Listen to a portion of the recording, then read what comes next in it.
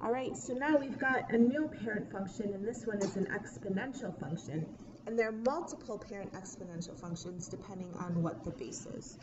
So let's go ahead and do this one. And we're going to use the same values. So from -3 all the way to +3.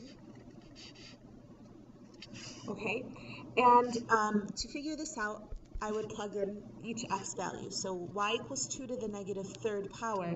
Remember, if you have a negative exponent, it means you have to do the reciprocal of your value.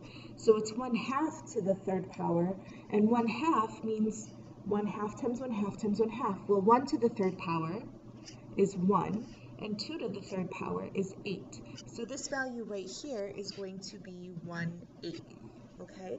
So then if I do it when x equals -2, you would get y equals 2 to the -2nd power, so you get 1/2, do the reciprocal because it's a negative exponent, and when you do the reciprocal, you end up getting 1/4, okay?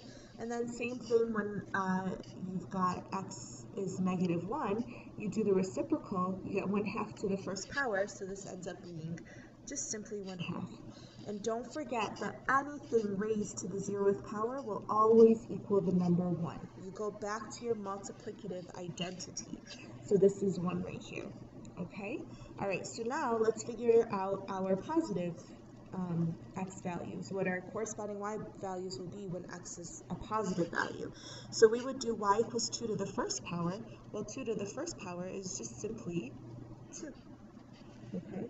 And then y equals 2 to the 2nd power, that's simply just 4.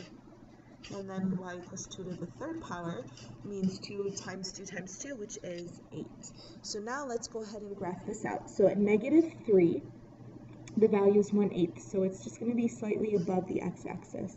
At -2, the value is 1/4, so it's going to be a quarter of the way up. At -1, the value is 1/2, so I'm going to put my dot right at 1/2. At 0, it's 1. At 1, it's 2.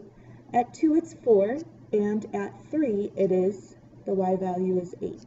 So just like we already know, the general shape of an exponential function will look like this right here.